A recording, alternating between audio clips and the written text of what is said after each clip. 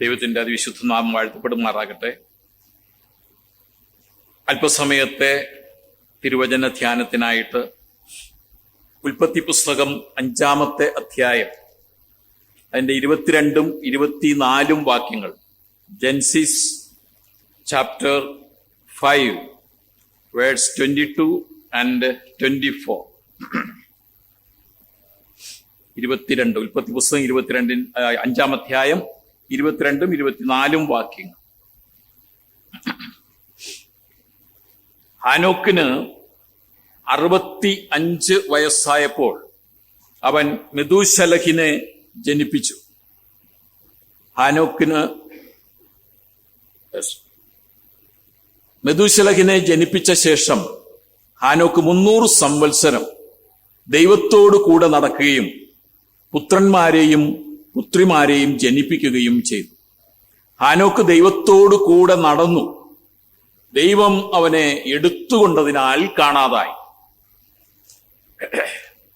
കഴിഞ്ഞ മാസവും ഈ ഹാനോക്കിനെ കുറിച്ചാണ് അല്പമായിട്ട് ചിന്തിപ്പാൻ തക്കവണ്ണം ഇടയായത്. ദ ഡെഡിക്കേറ്റഡ് പ്രോഫറ്റ് എന്നുള്ള അതിലാണ് ഞങ്ങൾ ചിന്തിച്ചത്. ദൈവത്തിനായി സമർപ്പിക്കപ്പെട്ട പ്രവാചകൻ. ആ പ്രവാചകന് സംബന്ധിച്ചിടത്തോളം തന്റെ ജീവിതത്തിൽ ദൈവത്തിനായിട്ട് സമർപ്പിക്കപ്പെട്ടപ്പോൾ തന്റെ ജീവിതത്തിൽ വന്ന ധാരാളം മാറ്റങ്ങൾ നമ്മൾ പഠിച്ചിരിക്കേണ്ടത് ആവശ്യമാണ്. സമയത്തിന്റെ പരിമിതിയുണ്ട്. അല്പമായിട്ടുള്ള കാര്യങ്ങൾ മാത്രം നമുക്ക് ചിന്തിപ്പാൻ തക്കവണ്ണം സഹായിക്കട്ടെ. അവൻ ദൈവത്തിനായിട്ട് സമർപ്പിക്കപ്പെട്ടതും വളരെ ചുരുങ്ങിയ കാലയളവിൽ, ആ തലമുറയിൽ വളരെ ചുരുങ്ങിയ കാലയളവിൽ, 969 വരെ തന്റെ മകൻ ജീവിച്ചപ്പോൾ, 962 വയസ്സ് വരെ തന്റെ പിതാവ് ജീവിച്ചപ്പോൾ, വെറും 365 വർഷക്കാലം മാത്രം ഈ ഭൂമിയിൽ ആയിരുന്നു കൊണ്ട് എന്ന് പറഞ്ഞാൽ ഇപ്പോഴത്തെ നമ്മുടെ ആയുസിന്റെ എന്ന് പറഞ്ഞാൽ 28 25 എന്നുള്ള ആ പ്രായം വരെ എന്നൊക്കെ വേണമെങ്കിൽ പറയാം, ആയിരുന്നു കൊണ്ട് ദൈവത്തിനായി തന്നെ സമർപ്പിച്ചുകൊണ്ട് ജീവിച്ച ആ മഹത്തായ ഒരു പ്രവാചകൻ ആണ് ഹാനോക്ക്. ആ ഹാനോക്ക് ദൈവത്തോടു കൂടെ നടപ്പാനായിട്ട് തീരുമാനിച്ചപ്പോൾ തന്റെ ജീവിതത്തിൽ എടുത്ത ചില തീരുമാനങ്ങൾ അത് നമ്മളുടെ ജീവിതത്തിൽ വളരെയധികം പ്രാവർത്തികമാക്കേണ്ടത് ആവശ്യമാണ്.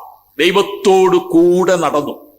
ദൈവത്തിനായിട്ട് സമർപ്പിക്കപ്പെട്ടപ്പോൾ അവൻ എടുത്ത ഒരു പ്രധാനപ്പെട്ട തീരുമാനമാണ് വാക്ക് വിത്ത് ഗോഡ്, ദൈവത്തോടൊപ്പം നടന്നു എന്നുള്ളത്. മാത്രമല്ല അവൻ ദൈവത്തെ പൂർണ്ണമായിട്ട് വിശ്വസിച്ചു. അത് നമ്മൾ എബ്രായർക്കെഴുതിയ ലേഖനം 11-ാം അധ്യായം 5-ാം വാക്യത്തിൽ കാണുന്നുണ്ട്. ദൈവത്തെ പൂർണ്ണമായിട്ട് അവൻ വിശ്വസിച്ചു. ജീവിച്ചിരിക്കുമ്പോൾ തന്നെ ദൈവത്താലുള്ള സാക്ഷ്യം പ്രാപിച്ചു. ജീവിച്ചിരിക്കുമ്പോൾ തന്നെ ദൈവത്താലുള്ള സാക്ഷ്യം പ്രാപിച്ചു. ദൈവത്തിനായിട്ട് സംസാരിച്ചു, അല്ലെങ്കിൽ പ്രവചിച്ചു. അതുകൊണ്ടാണ് പ്രവാചകൻ എന്ന് പറയുന്നത്. അവന്റെ പ്രവാചനം നമുക്ക് ഈ പഴയ നിയമത്തിലൊന്നും കാണുവാനായിട്ട് കഴിയുകയില്ല. ഞാൻ യൂദയുടെ ലേഖനം ഇവിടെ പഠിപ്പിച്ചപ്പോൾ അതിൽ 14-ാമത്തെ വാക്യത്തിൽ ഈ ഹാനോക്കിന്റെ പ്രവചനം, 14-15 വാക്യങ്ങളിൽ ഈ ഹാനോക്കിന്റെ പ്രവചനം നമുക്ക് കാണുവാനായിട്ട് കഴിയും. അതിന്റെ ഫലമായിട്ട് തനിക്ക് ലഭിച്ച ഒരു പ്രതിഫലമാണ് മരണം കാണാതെ എടുക്കപ്പെട്ടു എന്നുള്ളത്. ഇന്ന് അതിലെ ഒരു ഭാഗം മാത്രം അല്പമായിട്ട് ചിന്തിപ്പാനാണ് ആഗ്രഹിക്കുന്നത്. അതിൽ പ്രധാനമായിട്ടും ഹാനോക്ക് ദൈവത്തോടു കൂടെ നടന്നു എന്നുള്ളതാണ്. ഈ ഭാഗത്ത് ഹാനോക്കിനെ കുറിച്ച് പറഞ്ഞിരിക്കുന്ന ഒരു പ്രധാനപ്പെട്ട ഈ 2 വാക്യങ്ങൾ വായിച്ചപ്പോൾ അവിടെ ഹാനോക്കിനെ കുറിച്ച് പ്രധാനമായിട്ടും കണ്ടത് ഹാനോക്ക് ദൈവത്തോടു കൂടെ നടന്നു. ഈ ദൈവത്തോടു കൂടെ നടന്നു എന്നതിന്റെ അടിസ്ഥാനത്തിൽ മാത്രമാണ് തനിക്ക് ബാക്കിയുള്ള എല്ലാ കാര്യങ്ങളും നിലനിൽക്കുന്നത്. അവൻ ദൈവത്തോടു കൂടെ നടന്നു എന്നുള്ളതിനെ അടിസ്ഥാനമാക്കിയാണ് മറ്റു കാര്യങ്ങളൊക്കെ നിലനിൽക്കുന്നത്. അവന്റെ മറ്റു ആത്മീകമായ അനുഭവങ്ങളൊക്കെ കാണുവാനായിട്ട് കഴിയുന്നത്. ഒന്ന്, അവൻ ദൈവത്തോടു കൂടെ നടന്നതുകൊണ്ട് അവന് ദൈവത്തെ പ്രസാദിപ്പിക്കുവാനായിട്ട് കഴിഞ്ഞു. അവൻ ദൈവത്തോടു കൂടെ നടന്നതുകൊണ്ട് ദൈവത്താലുള്ള സാക്ഷ്യം പ്രാപിപ്പാനായിട്ട് കഴിഞ്ഞു. അവൻ ദൈവത്തോടുകൂടെ നടന്നതുകൊണ്ട് ദൈവത്തിനു വേണ്ടി സംസാരിപ്പാനായിട്ട് കഴിഞ്ഞു. അവൻ ദൈവത്തോടുകൂടെ നടന്നതുകൊണ്ട് ദൈവം അവനെ എടുത്തു. ഇതാണ് ഈ ഹാനോക്കിന്റെ ജീവിതത്തിൽ നമുക്ക് കാണുവാനായിട്ട് കഴിയുന്നത്. ദൈവത്തോടു കൂടെ നടക്കുക അത് വളരെ വളരെ വളരെ യജ്ഞം ആവശ്യമുള്ളതാണ്. വളരെ അതിനുവേണ്ടി തയ്യാറെടുപ്പും തീരുമാനങ്ങളും ആവശ്യമാണ്. നമ്മളെല്ലാവരും ആഗ്രഹിക്കുന്ന ഒരു പ്രധാനപ്പെട്ട കാര്യമുണ്ട്, നമ്മോടൊപ്പം ദൈവം ആയിരിക്കണമെന്ന്, അല്ലേ? നമ്മോടൊപ്പം ദൈവം ആയിരിക്കണം, എന്നോടൊപ്പം ദൈവം ഉണ്ടാകണം എന്ന് നമ്മൾ എല്ലാവരും ആഗ്രഹിക്കുന്നുണ്ട്. നമ്മെ സംബന്ധിച്ചിടത്തോളം ദൈവം നമ്മോടൊപ്പം ഉണ്ട് എന്ന് നമ്മൾ എല്ലാവരും പൂർണ്ണമായിട്ട് വിശ്വസിക്കുകയും ചെയ്യുന്നു. എന്നാൽ ദൈവം എന്നോടൊപ്പം ഉണ്ടെങ്കിൽ, നമ്മോടൊപ്പം ഉണ്ടെങ്കിൽ, അത് എന്റെ കഴിവല്ല, എന്റെ ഗുണമല്ല, എന്റെ സാമർഥ്യമല്ല. ദൈവം എന്നോടൊപ്പം ഉണ്ടെങ്കിൽ, ദൈവം എന്നോടൊപ്പം നടക്കുന്നുവെങ്കിൽ അത് ദൈവത്തിന് എന്നോടുള്ള കരുണയാണ്, മേഴ്സിയ. അല്ലാതെ എന്റെ ഗുണം കൊണ്ടാണോ, നമ്മുടെ ഓരോരുത്തരുടെയും ഗുണം കൊണ്ടാണോ ദൈവത്തിന് നമ്മോടൊപ്പം ആയിരിക്കുവാൻ? ഈ ഭൂമിയിലേക്ക് വന്ന കർത്താവിന്റെ ജനനത്തെക്കുറിച്ച് സാക്ഷ്യം പറയുമ്പോൾ, ആ പ്രവചനം പറയുമ്പോൾ, ഇമ്മാനുവേൽ, ദൈവം നമ്മോട് കൂടെ എന്നാണ് പറയുന്നത്. ഇമ്മാനുവേൽ, എന്തുകൊണ്ടാണ് ഇമ്മാനുവേലായി, നമ്മോട് കൂടെയുള്ളവനായി വലിയവനായ ദൈവം തന്റെ സകല മഹത്വവും തേജസ്സും മാറ്റിവെച്ചുകൊണ്ട് ഈ ഭൂമിയിലേക്ക് ഇറങ്ങി വന്നത് നമ്മുടെ എന്തെങ്കിലും കാരണങ്ങൾ കൊണ്ടല്ല, നമ്മുടെ എന്തെങ്കിലും ഗുണം കൊണ്ടല്ല. അവൻ നമ്മിൽ പ്രസാദിച്ചത് കൊണ്ട് മാത്രമല്ല, അവന്റെ കരുണയാണ്, അവന്റെ ദയയാണ്, അവന്റെ വിശ്വസ്തതയാണ്. അതാണ് അതിന് കാരണം. പക്ഷേ നമ്മളെല്ലാവരും ചിന്തിക്കേണ്ട ഒരു പ്രധാനപ്പെട്ട വസ്തുതയുണ്ട്. ദൈവം നമ്മോടൊപ്പമുണ്ട്, ദൈവം നമ്മോട് കൂടെ നടക്കുന്നുണ്ട്. അത് നല്ല കാര്യമാണ്, ഏറ്റവും നല്ല കാര്യമാണ്. അതുകൊണ്ട് നമുക്ക് വളരെ സുരക്ഷിതത്വവും വളരെ നന്മകളും ഒക്കെ ലഭിക്കും. എന്നാൽ നമ്മൾ തീരുമാനിക്കേണ്ട ഒരു പ്രധാനപ്പെട്ട കാര്യമുണ്ട്. ഞാൻ ദൈവത്തോടൊപ്പമാണോ നടക്കുന്നത്? ദൈവം എന്നോടൊപ്പം ഉണ്ട്, ദൈവം എന്നോട് കൂടെ നടക്കുന്നുണ്ട്. പക്ഷേ ഞാൻ ദൈവത്തോടു കൂടെ നടക്കുന്നുണ്ടോ? ഇവിടെ ഹാനോക്കെടുത്ത തീരുമാനം അതാണ്. ദൈവത്തോടുകൂടെ നടക്കും, ദൈവത്തോടുകൂടെ നടന്നു എന്നാണ് വായിക്കുന്നത്. അങ്ങനെ ദൈവത്തോടൊപ്പം നടക്കണമെങ്കിൽ, ദൈവത്തോടൊപ്പം ആയിരിക്കണമെങ്കിൽ നാം ഉറച്ച ചില തീരുമാനങ്ങൾ എടുത്തേ പറ്റും. ചുമ്മാ ഒന്നും ദൈവത്തോടൊപ്പം നമുക്ക് നടക്കുവാനായിട്ട് കഴിയുകയില്ല. ആരാ ഈ വലിയവനായ ദൈവം? ഈ ദൈവത്തിന്റെ വിശുദ്ധി എവിടെ നിൽക്കുന്നു? ദൈവത്തോടൊപ്പം നടക്കുക എന്ന് പറഞ്ഞാൽ അതിന് നമ്മൾ വളരെ വളരെ വ്യക്തമായ ചില ഉറച്ച തീരുമാനങ്ങൾ എടുത്തുവെങ്കിൽ മാത്രമേ നമുക്ക് ദൈവത്തോടൊപ്പം നടക്കാനായിട്ട് കഴിയുകയുള്ളൂ. ഈ ഹാനോക്കിനെ സംബന്ധിച്ചിടത്തോളം അവൻ 65-ാമത്തെ വയസ്സിലാണ് ദൈവത്താൽ പിടിക്കപ്പെട്ട്, അല്ലെങ്കിൽ ദൈവത്തിനായിട്ട് തന്നെ സമർപ്പിക്കുവാനായിട്ട് ഇടയായത്. അതിന് ഒരു കാരണമായി തീർന്നതാണ് അവന്റെ ആ മകന്റെ ജനനം. മെഥൂശലഹ് എന്നാണല്ലോ ആ മകന് ഇട്ട പേര്. അത് അർത്ഥം, ഒരു പ്രത്യേകമായ ഒരു അർത്ഥത്തോടു കൂടെയാണ് ഹാനോക്ക് അവന് ആ പേരിട്ടത്. മെഥൂശലഹ് എന്ന് പറഞ്ഞാൽ അതിന്റെ അർത്ഥം നമുക്ക് എല്ലാവർക്കും അറിയാം. അവൻ മരിക്കുമ്പോൾ അത് സംഭവിക്കും. അവൻ മരിക്കുമ്പോൾ അത് സംഭവിക്കും. എന്തു സംഭവിക്കും? നോഹയുടെ കാലഘട്ടത്തിൽ നടന്ന ജലപ്രളയം, ദൈവത്തിന്റെ അതിഭയങ്കരമായ ന്യായവിധി, അത് നടന്നത് എപ്പോഴാണ്? മെഥൂശലഹ് മരിച്ചപ്പോഴാണ്. ഞാൻ കഴിഞ്ഞ പ്രാവശ്യം പറഞ്ഞു, അതുകൊണ്ടായിരിക്കാം ഈ ഭൂമിയിൽ വളരെ ദൈർഘ്യം അവന് മെഥൂശലഹിന് കൊടുത്തത്. അത് മെഥൂശലഹിനോടുള്ള കരുണയല്ല, ജനത്തോടുള്ള കരുണയാണ്. ആരെങ്കിലുമൊക്കെ കൂടെ രക്ഷിക്കപ്പെടുവാൻ, മാനസാന്തരപ്പെടുവാൻ ഇടയായെങ്കിൽ കൊള്ളാമെന്ന് പ്രതീക്ഷിച്ചായിരിക്കാം ഈ മെഥൂശലഹിന് അല്പനാളുകളിലൂടെ നീട്ടിക്കൊടുത്തത്. ഈ മെഥൂശലഹിന്റെ ജനനമാണ് എന്ത് സംഭവിപ്പിച്ചത്? തനിക്ക് ഒരു പ്രത്യേകമായ തീരുമാനം എടുക്കുവാനായിട്ടിടയായി. ഒരു ദൈവത്തിന്റെ ഒരു ന്യായവിധിയുണ്ട്, ദൈവത്തിന്റെ ഒരു ന്യായവിസ്താരമുണ്ട്. പാപികൾക്കൊരു ന്യായവിധിയുണ്ട്, നമുക്കെല്ലാവർക്കും ഒരു ന്യായവിസ്താരമുണ്ട്.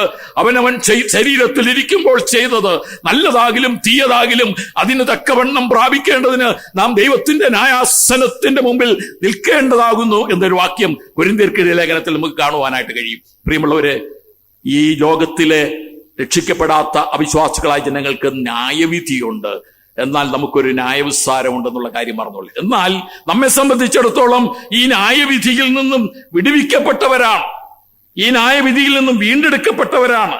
അതുകൊണ്ട് തന്നെ നാമും ഉറച്ച ചില തീരുമാനങ്ങൾ എടുക്കേണ്ട ആവശ്യമുണ്ട്, ഉറച്ച ചില തീരുമാനങ്ങൾ എടുക്കേണ്ട ആവശ്യമുണ്ട്. ദൈവത്തിന് ദൈവോന്മുഖമായി ദൈവത്തിനോടൊപ്പം നടക്കും എന്നുള്ള ഒരു തീരുമാനം. മെഥൂശലഹ് തന്റെ ജീവിതത്തിലേക്ക് പ്രവേശിച്ചപ്പോൾ ദൈവം കൊടുത്ത അരുളപ്പാടനുസരിച്ച് അവന്റെ ജീവിതം അവൻ ദൈവോന്മുഖമാക്കി മാറ്റി എന്നുള്ളതാണ്. സാധാരണ ഒരു മകൻ ജനിക്കുമ്പോൾ, നമ്മുടെ കുടുംബത്തിലൊക്കെ മക്കൾ ജനിച്ചിട്ടുണ്ടല്ലേ, മക്കൾ ഒരു മകനോ മകളോ ഒക്കെ ജനിക്കുമ്പോൾ പിന്നെ നമ്മുടെ ജീവിതം എന്തിനു വേണ്ടിയായിരിക്കും? നമ്മുടെ ജീവിതത്തിന്റെ ലക്ഷ്യം എന്തായിരിക്കും? പിന്നെ ആ മകനെ അല്ലെങ്കിൽ മക്കളെ ശരിയായിട്ട് വളർത്തിയെടുക്കണം, അവനെ നല്ലവണ്ണം പഠിപ്പിക്കണം, അവനെ നല്ലൊരു നിലയിലെത്തിക്കണം. ഇതൊക്കെയാണ് നമ്മുടെ ആഗ്രഹം. കുഴപ്പമില്ല, നല്ലതാണ്, അങ്ങനെ തന്നെ ആകട്ടെ. പക്ഷെ മെഥൂശലഹ് ഇവിടെ ചെയ്തത് എന്താണ്? ഹാനോക്ക് ഇവിടെ ചെയ്തത് എന്താണ്?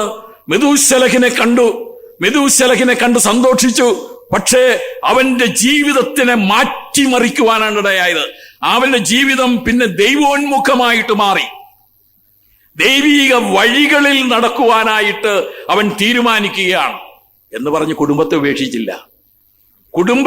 കുടുംബ ജീവിതത്തോടൊപ്പം അവിടെ വായിക്കുന്നുണ്ട്, അവൻ 300 സംവത്സരം ദൈവത്തോടുകൂടെ നടന്നു എന്ന് മാത്രമല്ല, പുത്രന്മാരെയും പുത്രിമാരെയും ജനിപ്പിച്ചു എന്ന് പറഞ്ഞാൽ എന്താണ് നാം മനസ്സിലാക്കേണ്ടത്? അവൻ കുടുംബജീവിതം നയിക്കുന്നതിനോടൊപ്പം, അവൻ കുടുംബത്തിലായിരുന്നതിനോടൊപ്പം, കുടുംബത്തെ പോറ്റിയതിനോടൊപ്പം, കുടുംബത്തിൽ ചെയ്യേണ്ട കടമകൾ നിർവഹിച്ചതിനോടൊപ്പം തന്നെ അവൻ ദൈവത്തോടൊപ്പം നടന്നു. നമ്മൾ പലവരും ദൈവത്തോടൊപ്പം നടക്കുവാൻ, ദൈവിക വഴികളിൽ ആയിരിക്കുവാൻ നമ്മുടെ ജീവിതത്തിന്റെ പല ഭാരങ്ങളും പ്രയാസങ്ങളും ഒക്കെ പറയാറുണ്ട്. അയ്യോ, എനിക്ക് ആ തിരക്കാണ്, ഈ തിരക്കാണ്. എല്ലാം തിരക്കുണ്ട്, എനിക്കും തിരക്കുണ്ട്, നമുക്കെല്ലാവർക്കും തിരക്കുണ്ട്, നമ്മുടേതായ ചില കാര്യങ്ങളൊക്കെ ഉണ്ട്. ഹാനോക്കിനുണ്ടായിരുന്നില്ലേ? എന്നാൽ ഹാനോക്കിനുണ്ടായിരുന്നു.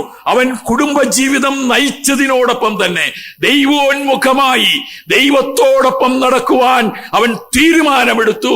ദൈവത്തോടൊപ്പം നടന്നു എന്നുള്ളതാണ്. അവൻ ദൈവവുമായിട്ട് ഒരു സന്ധി ചെയ്തു. എന്താ സന്ധി? ദൈവമേ, ഇനി അങ്ങയെ പിരിഞ്ഞ് ഒരു ജീവിതം ഇല്ല. ഇനി അങ്ങയെ പിരിഞ്ഞൊരു ജീവിതം എനിക്ക് വേണ്ട. എന്റെ എന്ത് ജീവിതമായാലും, കുടുംബജീവിതമായാലും, ഔദ്യോഗിക ജീവിതമായാലും, ഈ സമൂഹത്തിലെ ഏത് ജീവിതമായാലും, അങ്ങയെ പിരിഞ്ഞെനിക്കൊരു ജീവിതമില്ല. ഇതാണ് ഹാനോക്കെടുത്ത ഒരു പ്രധാനപ്പെട്ട തീരുമാനം എന്ന് ഞാൻ വിശ്വസിക്കുന്നു. ദൈവഹിതത്തിനൊത്തവണ്ണം ദൈവത്തെ പ്രസാദിപ്പിച്ചുകൊണ്ട് ജീവിക്കുവാൻ താൻ ആഗ്രഹിക്കുകയും തീരുമാനിക്കുകയും അങ്ങനെ ജീവിക്കുകയും ചെയ്തു. അതാണ് ദൈവത്തോടൊപ്പം നടക്കുക എന്ന് പറയുന്നത്. അല്ലാതെ നമ്മളതിന്റെ വാക്കിന്റെ അർത്ഥത്തിൽ അത് എടുക്കുവാനായിട്ട് പാടില്ല. ദൈവത്തിനോടൊപ്പം അങ്ങനെ നമുക്ക് നടക്കാനായിട്ട് പറ്റുമോ? പറ്റുമോ ബിൻസോര? ഒരിക്കലും അല്ല. നമ്മുടെ ആ ജീവിതം കൊണ്ട് ദൈവത്തെ പ്രസാദിപ്പിച്ച് ദൈവാനുരൂപമായി ജീവിക്കുക എന്നുള്ളതാണ് ദൈവത്തോടൊപ്പം നടക്കുക എന്നുള്ളത് കൊണ്ട് ഇവിടെ വിവക്ഷിക്കുന്നത്. അല്ലാതെ ദൈവം ഇറങ്ങി വരും, മറ്റേ ഏദൻ തോട്ടത്തില് എല്ലാ ദിവസവും വെയിലാറുമ്പോൾ കടന്നു വരുന്നത് പോലെ ദൈവം കടന്നു വരും, അങ്ങനെയുള്ള അർത്ഥത്തിലല്ല. ദൈവത്തിന് അനുകൂലമായി ദൈവഹിതപ്രകാരം ദൈവത്തിനെ പ്രസാദിപ്പിച്ചുകൊണ്ടുള്ള ജീവിതമാണ് ശരിക്കും ദൈവത്തോടൊപ്പം നടക്കുക എന്ന് പറയുന്നത്. പ്രിയമുള്ളവരെ, ഞാൻ പറഞ്ഞല്ലോ, ദൈവികമായ ന്യായവിധി, വലിയൊരു ന്യായവിധി നമുക്കുണ്ടായിരുന്നു. ഭയങ്കരമായ ന്യായവിധിയാണ്, ഒരിക്കലും രക്ഷപ്പെടുവാൻ കഴിയാത്ത ന്യായവിധി.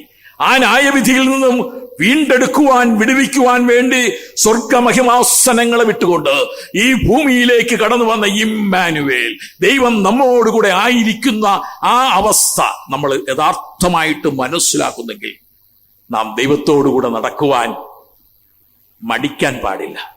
അതിനുവേണ്ടി എന്തു ത്യാഗവും സഹിപ്പാനായിട്ട് നമ്മൾ തീരുമാനിക്കണം. നമ്മുടെ നടപ്പൊന്ന് പരിശോധിക്കാം. ഞാൻ ദൈവോന്മുഖമായിട്ടാണോ നടക്കുന്നത്? ദൈവത്തെ പ്രസാദിപ്പിച്ചുകൊണ്ടാണ് നടക്കുന്നത്? എന്റെ ജീവിതം കൊണ്ട്, എന്റെ പ്രവൃത്തി കൊണ്ട്, എന്റെ വാക്കുകൊണ്ട് എനിക്ക് ദൈവത്തെ പ്രസാദിപ്പിക്കുവാനായിട്ട് കഴിയുന്നുണ്ടോ? ഈ നാളുകളിൽ ഞാനും ചിന്തിക്കുന്നത്, നമ്മൾ ഓരോരുത്തരും ചിന്തിക്കേണ്ടതും ആവശ്യമായ ഒരു കാര്യമാണ്. അവിടെ ദൈവത്തോടുകൂടെ നടപ്പാനായിട്ട് തീരുമാനിച്ചത് തനിക്ക് ലഭിച്ച ഒരു വലിയ വെളിപ്പാടിന്റെ അടിസ്ഥാനത്തിലാണ്. ആ വെളിപ്പാടിന് അനുകൂലമായിട്ട് ഹാനോക്ക് ജീവിച്ചു എന്നുള്ളതാണ്. നമുക്ക് എന്തെല്ലാം വെളിപ്പാടുകളാണ്, എന്തൊക്കെ പ്രത്യാശയാണ് ദൈവം നമുക്ക് നൽകിയിരിക്കുന്നത്. ആ പ്രത്യാശയെക്കുറിച്ച് നമുക്ക് എല്ലാവർക്കും അറിയാം. നമ്മുടെ ഭാഗ്യകരമായ പ്രത്യാശ, നമ്മുടെ ആ ന്യായവിധിയിൽ നിന്നുള്ള നമുക്ക് ലഭിച്ച വിടുതൽ, അതൊക്കെ നല്ലവണ്ണം അറിയാമെങ്കിൽ എന്തുകൊണ്ട് നാം ദൈവത്തോടൊപ്പമായിരിക്കുവാൻ, ദൈവത്തോടുകൂടെ നടക്കുവാനായിട്ട് ആഗ്രഹിക്കുന്നില്ല? ഈ ലോകത്തിനായിട്ട് ജീവിക്കണം. ഈ ലോകത്തിൽ ജീവിക്കണം, അധ്വാനിക്കണം. ഹാനോക്ക് വിചാരിച്ചു കുടുംബത്തിന് വേണ്ടി ജീവിക്കണം, കുടുംബത്തിന് വേണ്ടി അധ്വാനിക്കണം. പക്ഷേ അതെല്ലാം ഈ ലോകം കൊണ്ട് അവസാനിക്കുന്നതാണ്. അല്ലെങ്കിൽ മരണം കൊണ്ട് അതൊക്കെ തീരും. എത്ര തന്നെ നമ്മൾ സ്വരുക്കൂട്ടി വെച്ചാലും അതൊക്കെ മരണം കൊണ്ട് തീരുന്നതാണ്. എന്നാൽ പ്രിയമുള്ളവരെ, നാം ദൈവത്തോടു കൂടെ നടന്നാൽ അത് നിത്യകാലം നിലനിൽക്കുന്നതാണ്. ഹാനോക്കിന് മുൻപും പിൻപുമുള്ളവരൊക്കെ വെറുതെ ജനിച്ചു മരിച്ചു എന്നാണ് എഴുതി വെച്ചിരിക്കുന്നത്. നമ്മൾ അത് വീട്ടിൽ പോയിട്ട് നിങ്ങൾ 5-ാം അധ്യായത്തിന്റെ ആ ഭാഗങ്ങളൊന്ന് വായിക്കണം. ശേത്ത് അല്ലേ 800 സംവത്സരം ജീവിച്ചു, അതിനുശേഷം എന്നിട്ട് ആയുഷ്കാലം ആകെ 930 സംവത്സരമായിരുന്നു, പിന്നെ മരിച്ചു. അത് കഴിഞ്ഞിട്ട് പറയുന്നുണ്ട് ശേത്തിന്റെ കാര്യം. അവൻ മരിച്ചതിന് ശേഷം അവിടെ പറയുന്ന ഏനോശ് അവനും 912 സംവത്സരം ജീവിച്ചു, പിന്നെ അവൻ മരിച്ചു. ഏനാശിന് ശേഷം കേനോനും 965 സംവത്സരം ജീവിച്ചു, പിന്നെ മരിച്ചാൻ വായിക്കുന്നില്ല, സമയക്കുറവുണ്ട്. കേനോൻ, ഇങ്ങനെ ഓരോരുത്തരും ജനിച്ചു, ജീവിച്ചു, മരിച്ചു. ഇതെല്ലാം പറഞ്ഞു വരുമ്പോൾ ഹാനോക്കിന് ശേഷമുള്ളവരും അങ്ങനെ ആയിരിക്കാം. ഹാനോക്കിനെ കുറിച്ച് പറയുന്ന ആ വാചകങ്ങൾ നമ്മൾ വളരെയധികം ശ്രദ്ധ കേന്ദ്രീകരിക്കുന്നതാണ്. അവൻ വെറുതെ ജനിച്ചു. അവൻ മെതൂശലഹനെ ജനിപ്പിച്ചു. എന്നാൽ ജനിപ്പിച്ച ശേഷം അവൻ 300 സംവത്സരം ദൈവത്തോട് കൂടെ നടന്നു. നമ്മളൊക്കെ ഇവിടെ എന്തിനാ ജനിച്ചത്? മരിക്കാൻ വേണ്ടിയാണോ ജനിച്ചത്? ഒരു പ്രധാനപ്പെട്ട ചോദ്യമാണ്. മരിക്കാൻ വേണ്ടി ജനിച്ച ആരെങ്കിലും ഇവിടെ ഉണ്ടോ? ആണോ? അല്ല, ഒരിക്കലും അല്ല. ജനിച്ചതുകൊണ്ട് മരിക്കുന്നു. കർത്താവ് വരുവാൻ താമസിച്ചാൽ ജനിച്ചതുകൊണ്ട് മരിക്കുന്നു. പക്ഷെ ചിലരുടെയൊക്കെ ജീവിതം കണ്ടാൽ മരിക്കാൻ വേണ്ടി ജീവിക്കുക എന്ന് പറഞ്ഞാൽ എന്താ? എങ്ങനെയെങ്കിലുമൊക്കെ ജീവിച്ചങ്ങ് തീരണം. ഹാനോക്കിന് മുമ്പുള്ളവരും പിമ്പുള്ളവരും ഒക്കെ അങ്ങനെ ജീവിച്ചു, മരിച്ചു. എന്നാൽ ഹാനോക്കിനെ സംബന്ധിച്ചിടത്തോളം പ്രിയമുള്ളവരെ, അവൻ ദൈവത്തിനായിട്ട് ജീവിച്ചു, ദൈവത്തോടുകൂടെ നടന്നു. അതിനാണ് ദൈവം നമ്മെ ഇവിടെ ആക്കി വെച്ചിരിക്കുന്നത്. പുതുജനനം തന്ന് കർത്താവായ യേശുക്രിസ്തുവിന്റെ രക്തത്താൽ വീണ്ടെടുത്ത് നമ്മെ ഈ ഭൂമിയിൽ നിലനിർത്തിയിരിക്കുന്നത് വെറുതെ ജീവിച്ചു മരിക്കുവാനല്ല. ദൈവത്തിനായിട്ട് ജീവിച്ച് ദൈവത്തിനായിട്ട് മരിക്കണം, ദൈവത്തോടൊപ്പം മരിക്കണം, അല്ലേ? ദൈവത്തോടുകൂടെ മരിക്കണം. അതാണ് നമ്മെക്കുറിച്ച് ദൈവം ആഗ്രഹിക്കുന്നതായ വസ്തുത. ഇവിടെ ഹാനോക്കിനെ കുറിച്ച് അതാണ് നമുക്ക് കാണുവാനായിട്ട് കഴിയുന്നത്. ഇസ്രായേലിനെ കുറിച്ച് ദൈവം ആഗ്രഹിച്ച ഒരു പ്രധാനപ്പെട്ട കാര്യം അത് തന്നെയാണ്. ലേവ്യ പുസ്തകം അതിന്റെ 26-ാമത്തെ അധ്യായം 3-ാമത്തെ വാക്യത്തിൽ നാം അത് വായിക്കുന്നുണ്ട്. ഇസ്രായേലെ, നിന്നെക്കുറിച്ച് ഞാൻ ആഗ്രഹിക്കുന്നത് നിന്നെ മിസ്രയീമിൽ നിന്ന് വിടുവിച്ച് വീണ്ടെടുത്ത് അടയാളങ്ങളും അത്ഭുതങ്ങളും ഒക്കെ കാണിച്ച് വീണ്ടെടുത്ത് നിന്നെ മരുഭൂമിയിലൂടെ നടത്തി അത്ഭുതങ്ങൾ കാണിച്ച് മന്ന തന്ന് പാറയിൽ നിന്ന് വെള്ളം പുറപ്പെടുവിച്ചുകൊണ്ട് ഈ കനാൻ ദേശത്തേക്ക് കൊണ്ടുവന്നില്ലേ?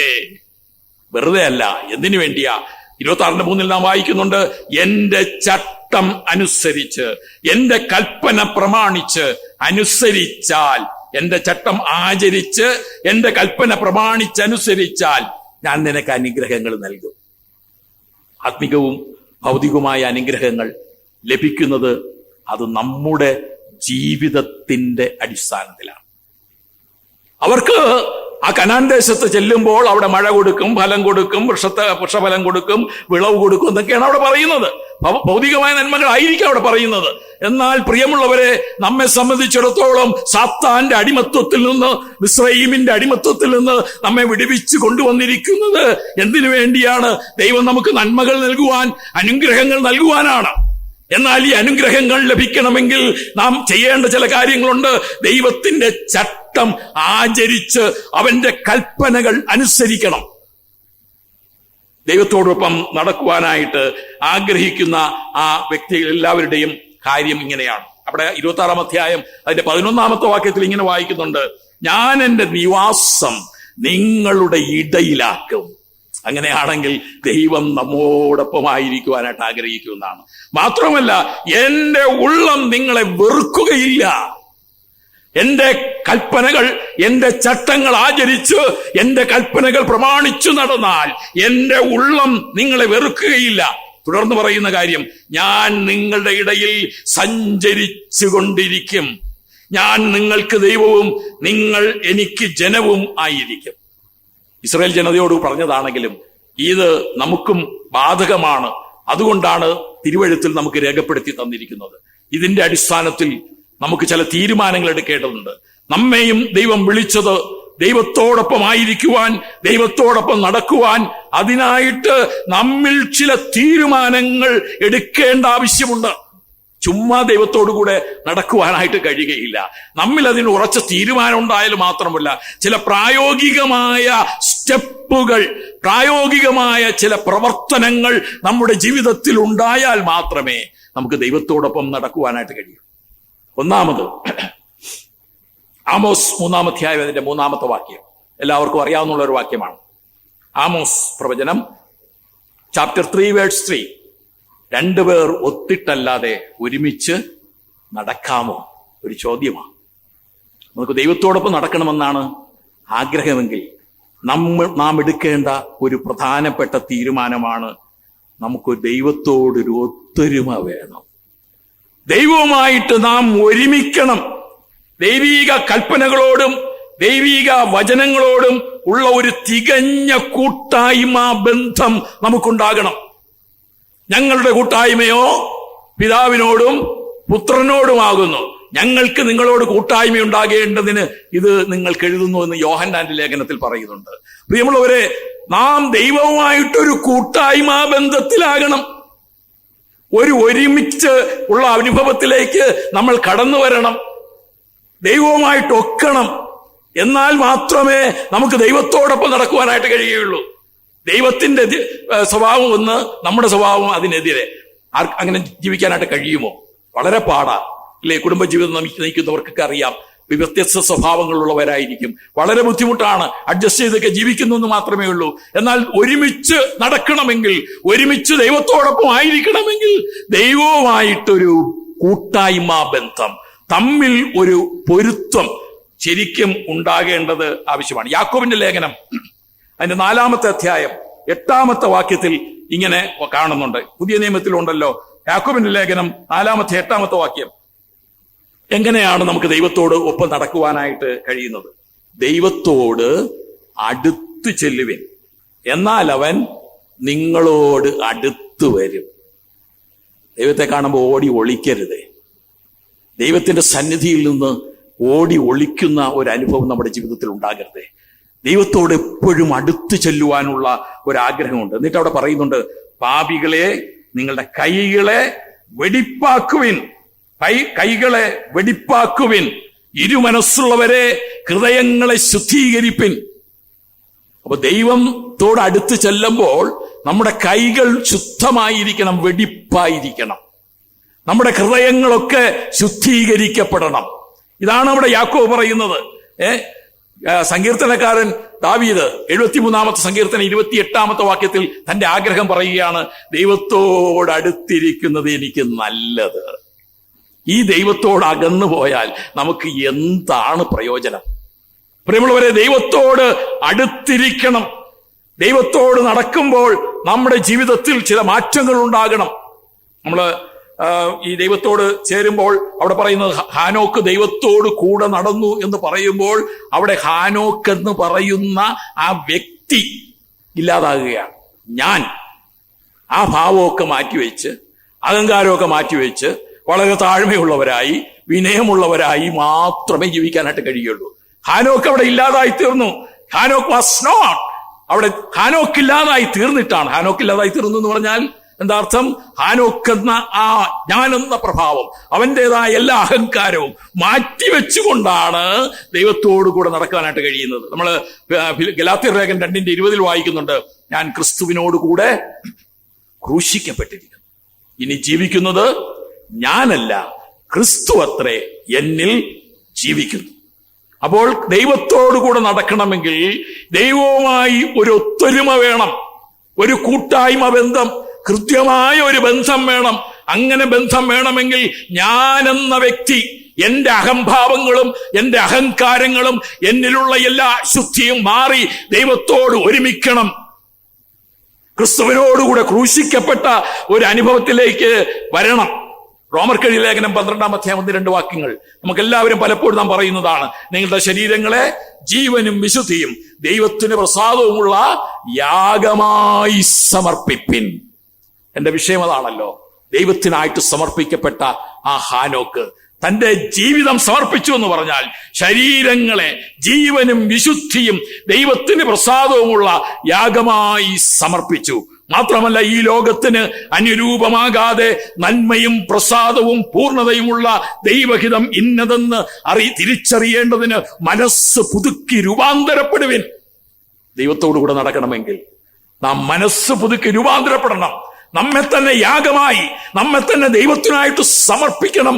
നമ്മുടെ മനസ്സൊക്കെ ഒന്ന് പുതുക്കണം. നമുക്കൊരു രൂപാന്തരം സംഭവിക്കണം. ഒരു ആത്മീകമായ മാറ്റം നമ്മിൽ ഉണ്ടായേ പറ്റൂ. എന്നാൽ മാത്രമേ നമുക്ക് ദൈവത്തോടൊപ്പം നടക്കുവാനായിട്ട് കഴിയുള്ളൂ. അപ്പോൾ ദൈവത്തോടൊപ്പം നടക്കുവാനായിട്ട് നമ്മൾ ആഗ്രഹിച്ചേ പറ്റൂ. ദൈവം നമ്മോടുകൂടെ ഉണ്ടെന്ന് പറഞ്ഞ് സമാധാനത്തോടെ ജീവിക്കുവാനല്ല ദൈവം ആഗ്രഹിക്കുന്നത്. ദൈവത്തോടൊപ്പം നടക്കണം. ദൈവത്തോടൊപ്പം നടക്കണമെങ്കിൽ നാം ദൈവവുമായിട്ട് ഒത്തുചേരണം. ദൈവവുമായിട്ടുള്ള ഒരു ഫെലോഷിപ്പ്, ഒരു കൂട്ടായ്മ ബന്ധം ശരിക്കും നമ്മുടെ ജീവിതത്തിൽ ഉണ്ടായേ പറ്റും. മറ്റൊരു കാര്യം, ദൈവത്തോടൊപ്പം നടക്കണമെങ്കിൽ നമ്മിൽ ഉണ്ടാകേണ്ട മറ്റൊരു പ്രധാനപ്പെട്ട കാര്യമാണ് ദൈവത്തിങ്കലുള്ള അചഞ്ചലമായ വിശ്വാസം. ബിലീവ്. ദൈവത്തെ പൂർണ്ണമായിട്ടും വിശ്വസിക്കുവാനുള്ള ഒരു മനസ്സ് നമുക്കുണ്ടാകണം. അല്ലാതെ ദൈവത്തോടൊപ്പം നടക്കാനായിട്ട് കഴിയുകയില്ല.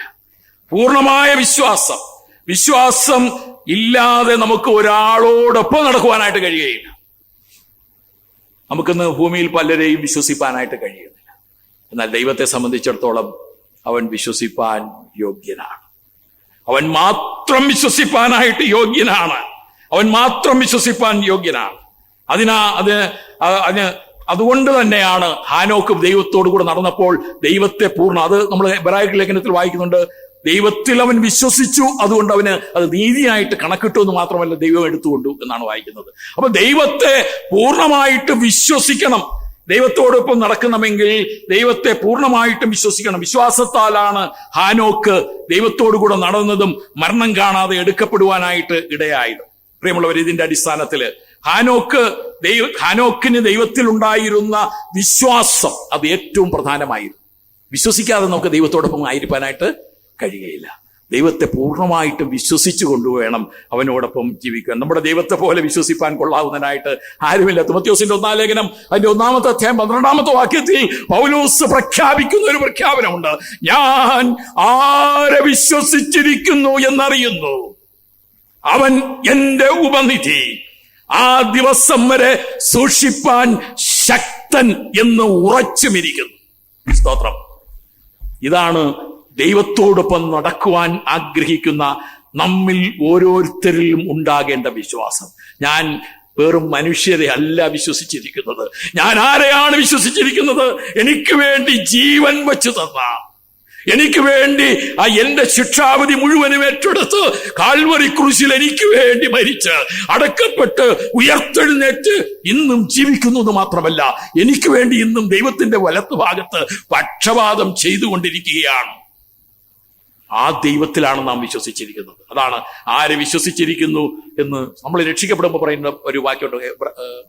റോമർക്ക് ലേഖനം 10:9-10 യേശുവിനെ കർത്താവെന്ന് പറഞ്ഞ മക്കളെ, യേശുവിനെ കർത്താവെന്ന് വായി കൊണ്ട് ഏറ്റുപറയുകയും ദൈവം അവനെ മരിച്ചവരുടെ ഇടയിൽ നിന്ന് ഉയർത്തെഴുന്നേൽപ്പിച്ചുവെന്ന് ഹൃദയം കൊണ്ട് വിശ്വസിക്കണം.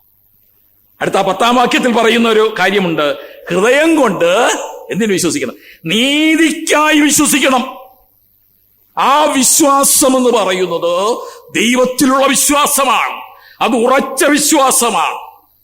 അപ്പോൾ ഞാൻ എൻ്റെ സമയം ഇവിടെ അവസാനിക്കുകയാണല്ലോ, നിർത്തട്ടെ. ഒരു കാര്യം കൂടെ പറഞ്ഞ് അവസാനിപ്പിക്കാനായിട്ട് ആഗ്രഹിക്കുന്നു. ഒന്നാമത്, ദൈവവുമായിട്ടൊരു ഒത്തൊരുമ വേണം, ഫെലോഷിപ്പ്. അഭേദ്യമായൊരു കൂട്ടായ്മ നമ്മുടെ ജീവിതത്തിൽ ആവശ്യമാണ്. നമ്മുടെ കൂട്ടായ്മയെക്കുറിച്ച് ഞാൻ സമയം കിട്ടുമെങ്കിൽ ബൈബിൾ ക്ലാസ്സിൽ ആ വിഷയം കൈകാര്യം ചെയ്യണമെന്ന് ആഗ്രഹിക്കുന്നുണ്ട്. ദൈവവുമായിട്ടൊരു കൂട്ടായ്മ നമുക്ക് ആവശ്യമാണ്. ദൈവത്തിൽ പൂർണ്ണമായിട്ടുള്ള ഒരു വിശ്വാസം നമുക്ക് ആവശ്യമാണ്. മറ്റൊന്ന്, നമുക്കതിന് നാം യോഗ്യന്മാരായി തീരണം. നമുക്ക് ദൈവത്തിനോടൊപ്പം നടക്കണമെങ്കിൽ നമുക്കതിനുള്ള ക്വാളിറ്റി, അതിനുള്ള യോഗ്യത നമുക്ക് വേണം. എന്താ ദൈവത്തോടൊപ്പം നടക്കുവാനുള്ള യോഗ്യത? നല്ല ഫുൾ കൈ സ്ലീവ് അല്ലേ, ഷർട്ടും അല്ല പാൻറ്റും കോട്ടും ഷൂ ഒക്കെ ആണോ? അത് വെള്ളത്തെ ഷർട്ടും അതൊക്കെയാണോ ദൈവത്തോടു കൂടെ നടക്കാനുള്ള യോഗ്യത? ദൈവത്തോടുകൂടെ നടപ്പാനുള്ള യോഗ്യത, ഒരു പ്രധാനപ്പെട്ട യോഗ്യത ഇത് മാത്രമേ ഉള്ളൂ, വിശുദ്ധി. വിശുദ്ധിയാണ് ദൈവത്തോടൊപ്പം നടക്കുവാനുള്ള പ്രധാനപ്പെട്ട യോഗ്യത. 1 പത്രോസ് 2-16 വാക്യത്തിൽ ഞാൻ വിശുദ്ധനായിരിക്കുന്നത് പോലെ നിങ്ങളും വിശുദ്ധരായിരിപ്പിൻ. ഇത് പുതിയ നിയമത്തിലെ വാക്യമല്ല, പത്രോസ് എടുത്തു പറയുന്ന വാക്യമാണ്. അത് പഴയ നിയമത്തിലേതാണ്, ലേവ്യ പുസ്തകത്തിലാണ്. 11-45 വാക്യത്തിലും 19 2 വാക്യത്തിലും ഉള്ള ഉദ്ധരണിയാണ് പത്രോസ് എടുത്ത് പറയുന്നത്. ഞാൻ വിശുദ്ധനായിരിക്കുന്നത് പോലെ നിങ്ങളും വിശുദ്ധരായിരിപ്പിൻ. പ്രിയമുള്ളവരെ, നമുക്ക് ദൈവത്തോടൊപ്പം നടക്കണമെങ്കിൽ ആത്മാവിലെ വിശുദ്ധി നമ്മൾ പ്രാപിച്ചവരാ. യേശുവിന്റെ രക്തം സകല പാപവും പോക്കി നമ്മെ ശുദ്ധീകരിക്കുന്നു. അത് ഒരിക്കൽ വിശുദ്ധീകരിക്കപ്പെട്ടു. എന്നാൽ നമ്മുടെ അനുദിന ജീവിതത്തിൽ വിശുദ്ധി പാലിക്കേണ്ടത് ആവശ്യമാണ്. ഒരു ഭാഗവും കൂടെ ഞാൻ വായിച്ചു കൊള്ളട്ടെ. വെളിപ്പാട് പുസ്തകം 3-ാമത്തെ അധ്യായം. അതെല്ലാവരും എടുക്കുന്നത് നല്ലതാണ്. വെളിപ്പാട് പുസ്തകം 3-ാമത്തെ അധ്യായം, അതിന്റെ 4-5 3-ാമത്തെ വാക്യം മുതൽ വായിക്കേണ്ടതാണ്. 3-ാമത്തെ അധ്യായം സർദീസ് സഭയോട് പറയുന്ന ഒരു ഭാഗമാണ്. 3-ാമത്തെ അധ്യായം അതിന്റെ 4 മുതലുള്ള വാക്യങ്ങൾ നമുക്കൊന്ന് നോക്കാം.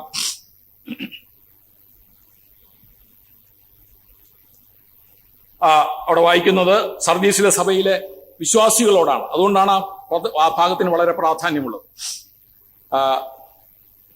4-ാമത്തെ വാക്യം, എങ്കിലും ഉടുപ്പ് മലിനമാകാതെ കുറെ പേർ സർദീസിൽ നിനക്കുണ്ട്.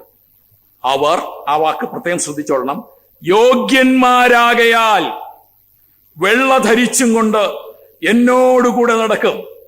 ജയിക്കുന്നവൻ വെള്ളയുടുപ്പ് ധരിക്കും. അവന്റെ പേർ ഞാൻ ജീവപുസ്തകത്തിൽ നിന്ന് മായ്ച്ചു കളയാതെ എന്റെ പിതാവിന്റെ സന്നിധിയിലും അവന്റെ ദൂതന്മാരുടെ മുമ്പിലും അവന്റെ പേർ ഏറ്റുപറയും. ആത്മാവ് സഭകളോട് പറയുന്നത് എന്തെന്ന് ചെവിയുള്ളവൻ കേൾക്കട്ടെ. ഇത് വ്യക്തിയോട് പറയുന്നതല്ല, വ്യക്തിക്കും ബാധകമാ, പക്ഷെ സഭയോട്, തിരുമല സഭയെ, ഇവിടെ പറയുന്നത് ഏത് സഭയെ? സർദീസ് സഭയെ കുറിച്ചാണ്. സർദീസ് സഭയോട് പറയുകയാണ്. സർദീസ് സഭയുടെ ദൂതന് എഴുതുകയാണ്. എന്താണ്? ഉടുപ്പ് മലിനമാകാത്ത ചിലർ നിന്റെ കൂടെ ഉണ്ട്. അവർ യോഗ്യന്മാരാണ്. അതുകൊണ്ട് വെള്ള ധരിച്ചും കൊണ്ട് എന്നോട് കൂടെ നടക്കുമെന്ന് മാത്രമല്ല, എന്നോട് കൂടെ നടക്കും. വെള്ള ധരിച്ചും കൊണ്ടൊന്ന് ശുദ്ധരായിട്ട് ദൈവത്തോടു കൂടെ നടക്കുമെന്നാണ്. മാത്രമല്ല, അങ്ങനെ അവരെ ജയിക്കുമ്പോൾ ഞാൻ നിങ്ങളെ വിശുദ്ധി കൊണ്ടങ്ങ് അലങ്കരിക്കും. വിശുദ്ധി കൊണ്ട് അലങ്കരിക്കും. മാത്രമല്ല, നിങ്ങൾക്ക് ജയം നൽകും. ഈ 3-ാമത്തെ വാക്യം ഒന്ന് വായിച്ചു നോക്കിയേ. അവിടെ ഇതിന് വിരുദ്ധമായ ഒരു വാക്യമാണ്. വെളിപ്പാട് 3:3 എന്താ വായിക്ക് പറയുന്നത്? ആകയാൽ നീ പ്രാപിക്കുകയും കേൾക്കുകയും ചെയ്ത് എങ്ങനെയെന്ന് ഓർത്ത് അത് കാത്തിരിക്കുകയും മാനസാന്തരപ്പെടുകയും ചെയ്യുക. നീ ഉണരാതിരുന്നാൽ ഞാൻ കള്ളനെ പോലെ വരും. ഏത് നാഴികയ്ക്ക് നിന്റെ മേൽ വരുമെന്ന് അറിയയില്ല. കാരണം എന്താ? നീ ജീവിച്ചിരിക്കുന്നു. നിനക്ക് ജീവനുണ്ടെന്നാണ് നീ വിചാരിച്ചോണ്ടിരിക്കുന്നത്. പക്ഷെ നീ ചത്തവനാ. സർദീസ് സഭയോട് പറയുക, ചത്തവൻ എങ്ങനെ നടക്കാനായിട്ട് കഴിയും? അതുകൊണ്ടാണ് പറയുന്നത്, നീ ഉണർന്നുകൊള്ളുക. എഫേസ്യർക്ക് ലേഖനം 5-14 വാക്യത്തിൽ ഇങ്ങനെ വായിക്കുന്നുണ്ടല്ലോ, ഉറങ്ങുന്നവനെ മരിച്ചവരുടെ ഇടയിൽ നിന്ന് എഴുന്നേൽക്ക, എന്നാൽ ക്രിസ്തു നിന്റെ മേൽ പ്രകാശിക്കും. പ്രിയമുള്ളവരെ, ഈ സർദീസ് സഭയെ സംബന്ധിച്ചിടത്തോളം ചില ചത്തവരുണ്ടായിരുന്നു. എന്ന് പറഞ്ഞാൽ ജീവിച്ചിരിക്കുമേ അല്ല ചത്തതിനൊക്കലും എന്നൊരു ചൊല്ലുണ്ടല്ലോ. അതുപോലെ ആയിരുന്നവരുണ്ട്. അവർ യോഗ്യമാരായി തീരണം. അതിനെന്ത് ചെയ്യണം? നിങ്ങളിൽ ചില ശേഷിപ്പുകളൊക്കെ ഉണ്ട്, എല്ലാം തീർന്നു പോയിട്ടില്ല. അതിനെക്കുറിച്ച് പറയാണ് ചാവാറായ ശേഷിപ്പുകൾ. മാത്രമല്ല, നിങ്ങളിൽ പൂർണ്ണതയില്ലാത്തവരുണ്ട്. അതാണ് പ്രവൃത്തിയിൽ പൂർണ്ണതയില്ലാത്തവർ. നിനക്ക് ജീവനുള്ളവനെന്ന പേര് മാത്രമാണ്, നീ മരിച്ചവന് തുല്യമാണ്. ഇങ്ങനെയുള്ളവർക്ക് ദൈവത്തോടു കൂടെ നടക്കാനായിട്ട് കഴിയുകയില്ല. നീ ഉണരണം, നീ ശക്തിപ്പെടണം. ഉറങ്ങിക്കൊണ്ടിരുന്നാൽ ദൈവത്തോടു കൂടെ നടക്കുവാനായിട്ട് കഴിയുകയില്ല. അതുകൊണ്ടാണ് അവരോട് പറയുന്നത്, യോഗ്യന്മാരല്ലാത്തവർ കൂടെയുണ്ട്, പക്ഷെ നീ യോഗ്യന്മാരായി തീരണം. നീ യോഗ്യന്മാരായി തീർന്ന് മലിനമാകാത്ത ഉടുപ്പ് ധരിച്ച് വിശുദ്ധിയോടുകൂടെ നടന്നാൽ നീ ജയിക്കും. ജയിക്കുന്നവന് എന്തുകൊണ്ട്? വെള്ളയുടുപ്പ് ധരിക്കും. പ്രിയമുള്ളവരെ, നാം പ്രത്യേകമായിട്ട് ശ്രദ്ധിക്കുക. ഹാനോക്ക് ദൈവത്തോടു കൂടെ നടന്നു. ദൈവത്തിന് സമർപ്പിക്കപ്പെട്ടപ്പോൾ അവനെടുത്ത ഒരു പ്രധാനപ്പെട്ട തീരുമാനമാണ്, ഞാൻ ഇനി ദൈവോന്മുഖമായി ജീവിക്കും, ദൈവത്തോടു കൂടെ നടക്കും. ദൈവത്തോടു കൂടെ നടക്കണമെങ്കിൽ 3 പോയിന്റുകളാണ് ഞാൻ പറഞ്ഞത്. ഒന്ന്, എന്താ? ദൈവവുമായിട്ടൊരു ഫെലോഷിപ്പ്, കൂട്ടായ്മ ബന്ധം ഉണ്ടാകണം. രണ്ടാമത്, ദൈവത്തിൽ പൂർണ്ണമായിട്ട് വിശ്വസിക്കണം, അചഞ്ചലമായ വിശ്വാസം. അത് ഇവിടെ ഒരു ഈ വെളിപ്പാട് പുസ്തകത്തിൽ തന്നെ ഒരു സഭയെക്കുറിച്ച് പറയുമ്പോൾ, അന്തിപ്പാസിനെ കൊന്ന കാലത്ത് പോലും നിങ്കലുള്ള വിശ്വാസം നീ തള്ളിക്കളഞ്ഞില്ല എന്ന് പറഞ്ഞാൽ, അന്തിപ്പാസിനെ കൊന്നത് ചരിത്രം പറയുന്നത് നമുക്കറിയാം. അവനെ ഈ വറുചട്ടിയിലിട്ട് വരട്ടിയാണ് എന്ന് പറഞ്ഞാൽ, അവൻ വിശ്വാസത്തിന് വേണ്ടി പോരാടിയത് കൊണ്ട്, അവന്റെ വിശ്വാസത്തെ തള്ളിപ്പറയാത്തത് കൊണ്ട്, അവനെ ഒരു വലിയ പാത്രം വെച്ചിട്ട് അതിൽ എണ്ണ ഒഴിച്ച് അതിനെ തിളപ്പിച്ചിട്ട് പറഞ്ഞാൽ, നിന്നെ ഇതിലേക്ക് ഇടാൻ പോവുകയാണ്. വിശ്വാസികളെല്ലാവരും നോക്കി നിൽക്കെ പറയുകയാണ്, ഇതിലേക്ക് ഇടാൻ പോവുകയാണ്. എന്നാൽ അവൻ വിശ്വാസം തള്ളിപ്പറഞ്ഞില്ല. അതുകൊണ്ട് എന്ത് ചെയ്തു? ആ എണ്ണ തിളച്ചു കിടക്കുന്ന ആ പാത്രത്തിലേക്ക് ഈ അന്തിപ്പാസിനെ എടുത്തെറിഞ്ഞു. അവിടെ കിടന്ന് വറുചട്ടിയിൽ കിടന്ന് വറുക്കുന്നത് പോലത്തെ അനുഭവത്തിലൂടെ കടന്നുപോയത് കണ്ടപ്പോൾ, എന്നിട്ട് പോലും അന്തിപ്പാസ് വിശ്വാസം തള്ളിക്കളഞ്ഞില്ല എന്ന് മാത്രമല്ല, നിങ്ങൾ വിശ്വാസം തള്ളിക്കളഞ്ഞില്ല. ഇതാണ് അചഞ്ചലമായ വിശ്വാസം. നമ്മൾ പലപ്പോഴും ബലഹീന വിശ്വാസികൾ എന്നൊക്കെ പറയാറുണ്ട്. അങ്ങനെ ആയിരുന്നാൽ ദൈവത്തോടൊപ്പം നടക്കാനായിട്ട് കഴിയില്ല. നാം ദൈവത്തെ പൂർണ്ണമായിട്ടും വിശ്വസിക്കാം. മൂന്നാമത് ഞാൻ പറഞ്ഞത് എന്താണ്? നമ്മൾ യോഗ്യന്മാരായി തീരണം. ദൈവത്തോടു കൂടെ നടക്കണമെങ്കിൽ യോഗ്യന്മാരായി തീരണം. യോഗ്യത എന്ന് പറയുന്നത് ദൈവത്തിലുള്ള പൂർണ്ണമായ വിശുദ്ധി പ്രാപിപ്പാൻ. സഭയോട് പറയുന്ന പോലെ, ചാവാറായ ശേഷിപ്പുകളെ ശക്തീകരിക്കുക, ഉണർന്നുകൊള്ളുക. ഉറങ്ങുന്നവനെ മരിച്ചവരുടെ ഇടയിൽ നിന്ന് എഴുന്നേൽക്കുക, എന്നാൽ ക്രിസ്തു നിന്റെ മേൽ പ്രകാശിക്കും. നമുക്ക് ദൈവത്തോടു കൂടെ നടക്കുവാൻ യോഗ്യന്മാരായി തീരണം. അതിന് ദൈവം നമ്മെ സഹായിക്കട്ടെ. ദൈവത്തിന്റെ വിശുദ്ധ നാമം ഇന്നും എന്നേക്കും വാഴ്ത്തപ്പെടുമാറാകട്ടെ. ആമേൻ.